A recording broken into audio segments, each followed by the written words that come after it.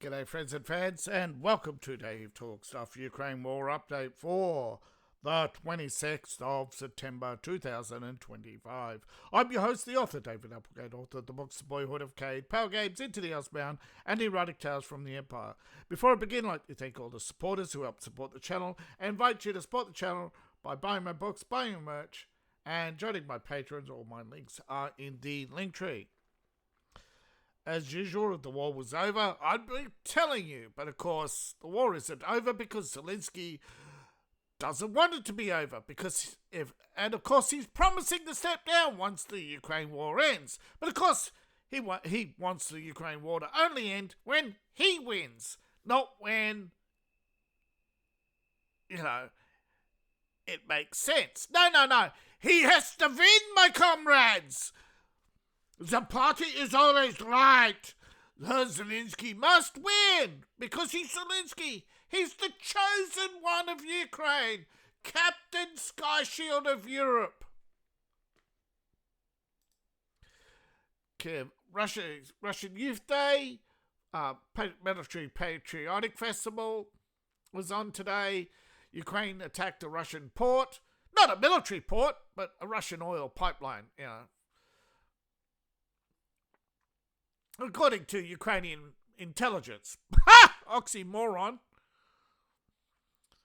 So, more provocation for Russia to attack Ukraine, and Ukraine says, we're under attack!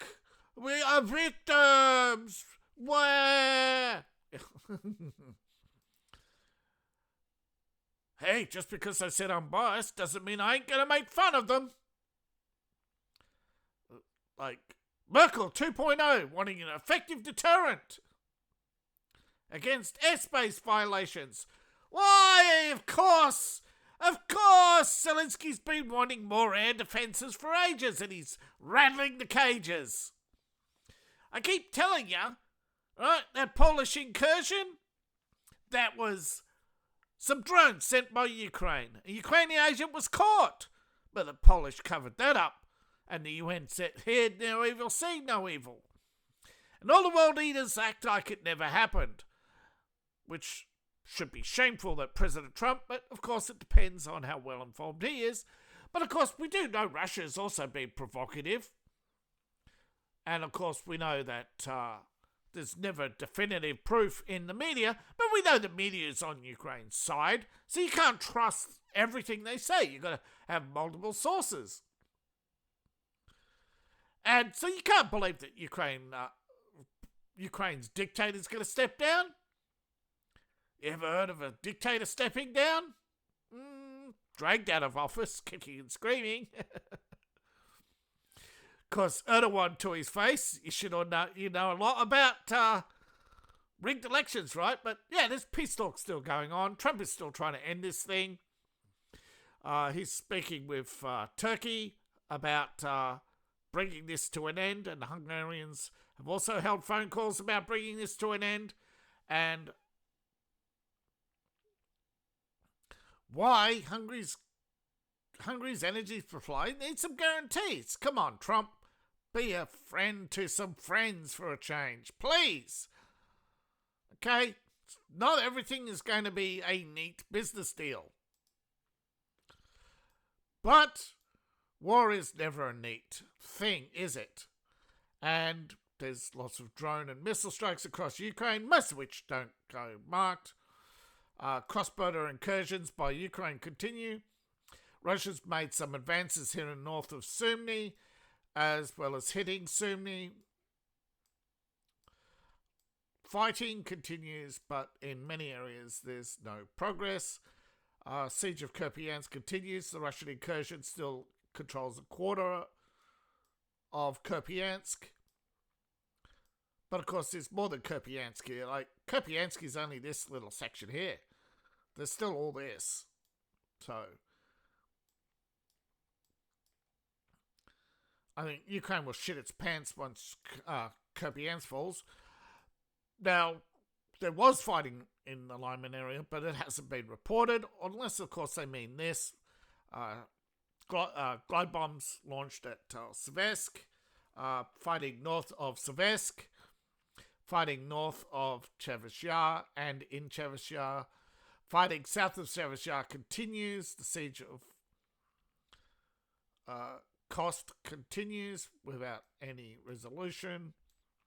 Fighting north of,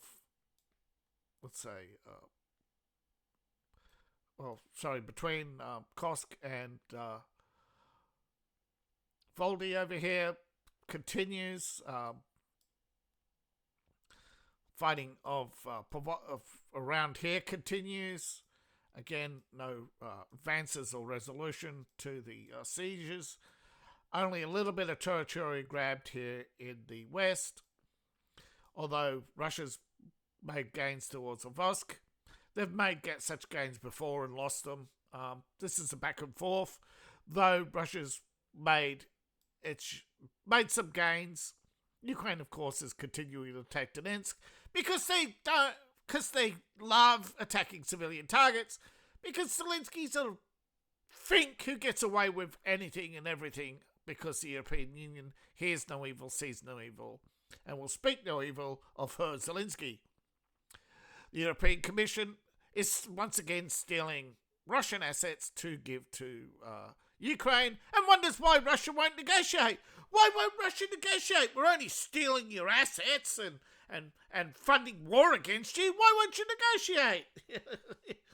How can you... You can't bring an end to the war while you're funding that same war. This, of course, is the carrot and stick approach, right? They threw a carrot at Putin. He saw the obvious trap in 2022. He said, no, I offered to join the EU before, but no, I'm not going to submit to the EU now because it's an authoritarian dictatorship. They didn't like that, and all of a sudden there's a war in Ukraine. What a coincidence! A Russian two-time Olympic champion in saber fencing has been listed on the notorious Ukraine's database of psychopaths. Peacekeepers. Extremists. Charged with violating or infringing the sovereignty and territorial integrity of Ukraine. How? By existing, of course, by beating them, by being a champion in the Russian games. But any athlete who's beaten the Ukrainian at something is getting targeted for murder. Pointed out, doxed by Ukrainians. Yeah. The hypocrisy of the West is why we have problems like the Ukraine war. NATO has no morality, no moral compass. It's just win at any cost. And when you create a society of win at any cost, you erode trust, and a zero trust society decays and collapses. NATO, however,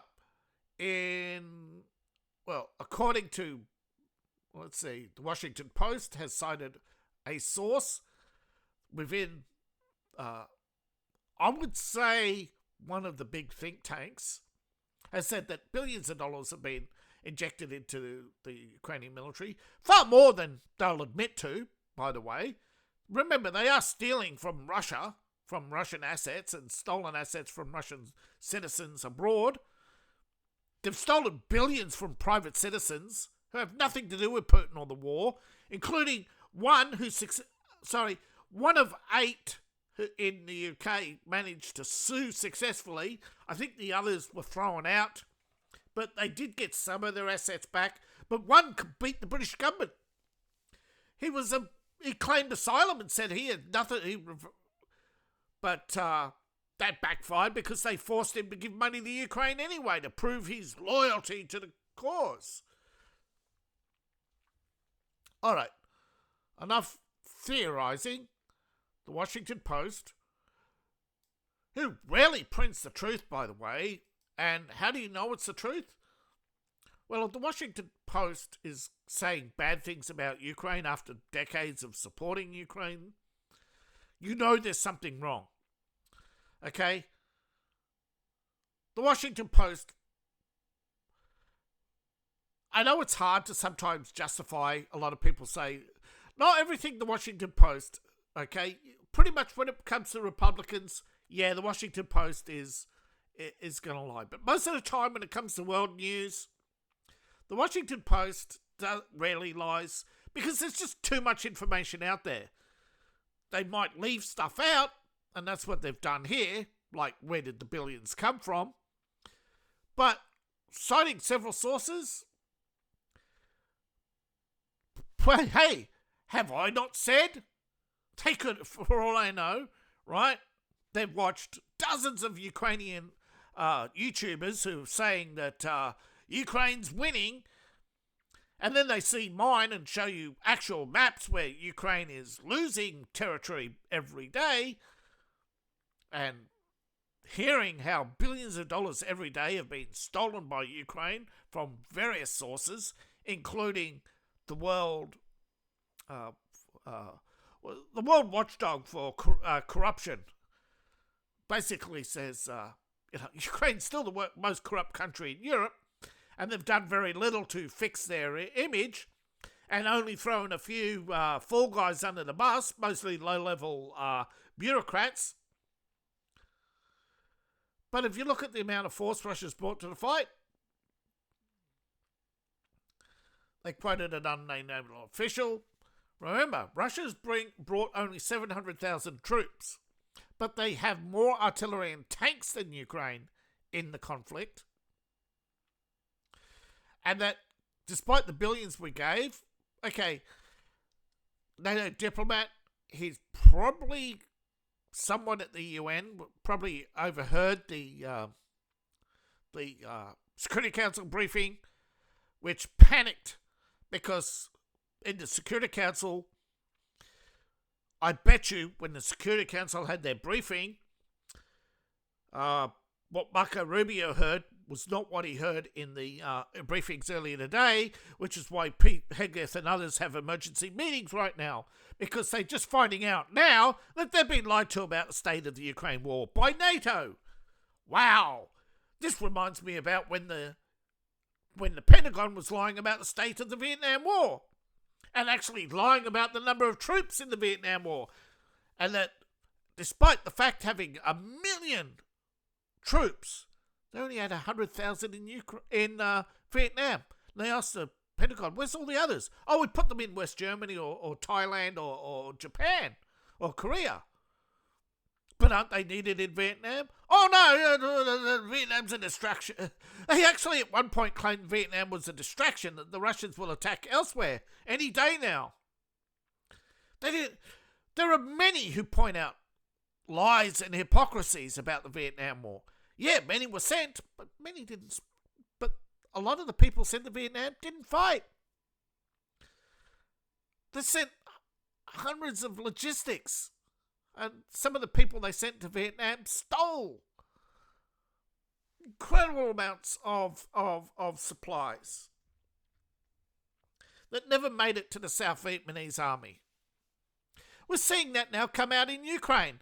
And I bet you the Ukrainian briefing in the Security Council was quite different from the one that the US president received and painted quite a dire picture. Melania gave us a clue that this happened. He gave a speech in which he brought up the 300,000 dead Ukrainians and the 1 million wounded Ukrainians. That's pretty much, as I said, right?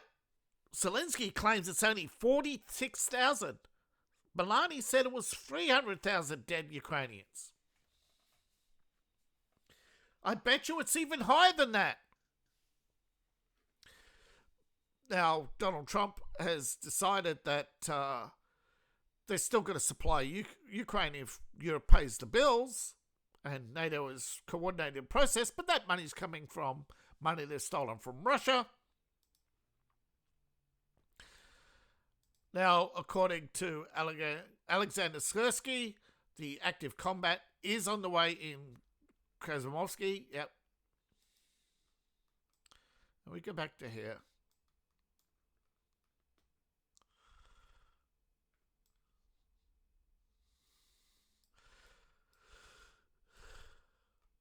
The Russians are in Pavlovsk. The Russians call it Pavlovsky, but The front line's combat, very difficult. There's active combat, Pavlovsk in Ukraine, where they are being attacked from three sides. And that the Russians have almost encircled Krasnoyarsk and squeezing them as well. So we go back to the map.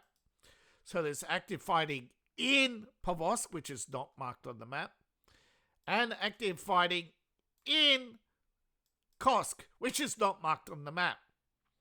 Which means the Russians control these three roads, and they're squeezing the Ukrainians from three sides, as well as bombardments from the north, which means long-range rockets out of here. Oh, don't have to be that long range. I mean, I'm talking about field artillery.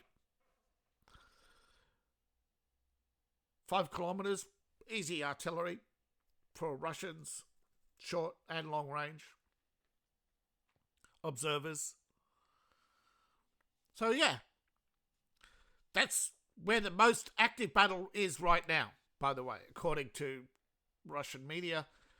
Though it's backed up by Kiev Independent that there was heavy fighting in the Pavlovsk area, but they said they were beating back the invaders. Yeah, for 3 hours. So they probably have beaten back the Russians, but they haven't marked it on the map, which often means bad news, not good news for the Ukrainians. Now the Poles have reached a point where critical issues are basically overlapping with national issues. That Polish nationalists have realised that critical issues, that short-term solutions go against Poland's long-term sovereignty. They see the same policies and then they go, what happened when this policy was implemented in France? Well, what about... So the idea floated that, if we bring in more migrants, it'll help the economy. And then they say, but it's not helping the British, French or German or the Swedish. And they said, but it helped them in the 70s. Yeah, but this is 50 years later. Come on, bro. No, intruders are not welcome, especially the Ukrainians. Le Monde is a left-wing newspaper, by the way, and anti-Ukrainian sentiment has long been rising in Poland. I've long reported on that, and many refugees will speak to you in your face in Ukraine. But according to latest news, is that now they're avoiding speaking their language because they're not welcome. Well, no shit. Poland was one of Ukraine's main backers that helped escalate the conflict with Russia. But now that government's gone, and many are citing Ukrainian journalists have complained on social media that she can't speak a native Poland. In Poland, we speak Polish. Well, wait a minute. In Ukraine, you're attacking ethnic Russians for speaking Russians. You hypocrite, Zorina. You worm. You're getting exactly what you voted for, Zorina. Nationalism. But you don't like it when it's against you. You only like it when you're the bully in charge. The Polish are sick of the Ukrainians. There have been many incidents, which include recently a false flag to drag Warsaw into the conflict. Many Poles have seen this story about Ukrainian drone incursions and know they were from Ukraine, not Russia. Earlier this month, they've adopted the bill of stripping Ukrainian refugees of their payouts. That'll make... Hey, England! Wonder if this will work for you, eh? Now, Russia's advanced in Ukraine, of course, a minor town, but Battle Group Sever North has taken a small town. Now, the Russians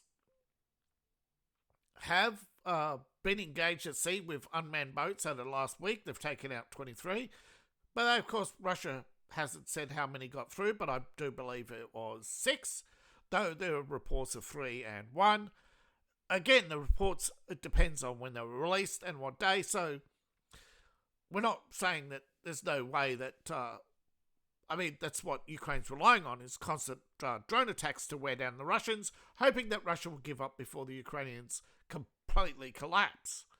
Of course, Europe's on the verge of complete collapse, economically, politically, and socially, because of mass immigration, wasteful spending on foreign aid, wasteful spending on military excursions and expeditionary forces, and wars you've never heard of. You know, this adventurism, as they called it in the 19th century. They were warned again, you already go back to Teddy Roosevelt warning about adventurism and expeditionary wars, particularly in far-flung corners of the world, where you end up making more enemies than friends. And often the people you make an enemy, well, let's look at Vietnam. Vietnam was your friend. Japan in 1939 was your friend. In 1924, Wilson got them to go to war. Well, not just Wilson alone, but a man by the name of Jacob Schiff, a war profiteer, said Japan needed to show that it was a strong nation and that it was willing to defend its investments. And they basically conned Japan to go to war and then said to the US, oh, look at these warmongers, put tariffs on them. And then they profited off the war and the tariffs and selling arms to both sides. Oh no, they're innocent victims. Bankers are not bad people. They're just misunderstood. Yeah, believe that. And I've got a brick shithouse to sell you in central Kiev. Slightly used. It's only had a few Russian drone attacks. But as you can see, the drone attacks on both sides, you can see clearly the Ukraine is attacking civilian areas outside of the conflict zone. You're going to say, well, but what about Russia? Industrial parks. If Russia was only attacking civilian areas, they'd give you better photographs than something from afar. That's not a civilian area, okay? Remember, Ukrainian office buildings are designed to look like residences. It's a Soviet-era tactic. If that was the civilian area, they would show you. They don't want to help the invader, they claim. Yeah, they always claim that, don't they? The Ukrainian narrative is falling apart. Europe is turning against the Ukrainians, but most of the course at the moment, particularly with the British, they are very much tied up with their own issues. And I think once they realise that ending the Ukraine war and ending the Starmer government are one and the same thing. Same with France. Ending the Macron government will end the Ukraine war, and ending Merkel 2.0 in Germany will help end the war. Those three are the biggest princes of evil currently in Europe. But of course, the main problem is the World Economic Forum and the EU. This war is for the war profiteers, right? The negotiators won't negotiate. Ukraine won't negotiate. So Trump has left them to their own devices. But if Europe wants to fund them, go ahead. But Russia and America have met. They are going to meet again. Things got a bit heated. But Russia vehemently denied that they invaded or want a war with NATO. That NATO... And said they warned the Americans time and time again that NATO was trying to drag Russia and America into a direct conflict. Why? Because Europe will benefit, of course.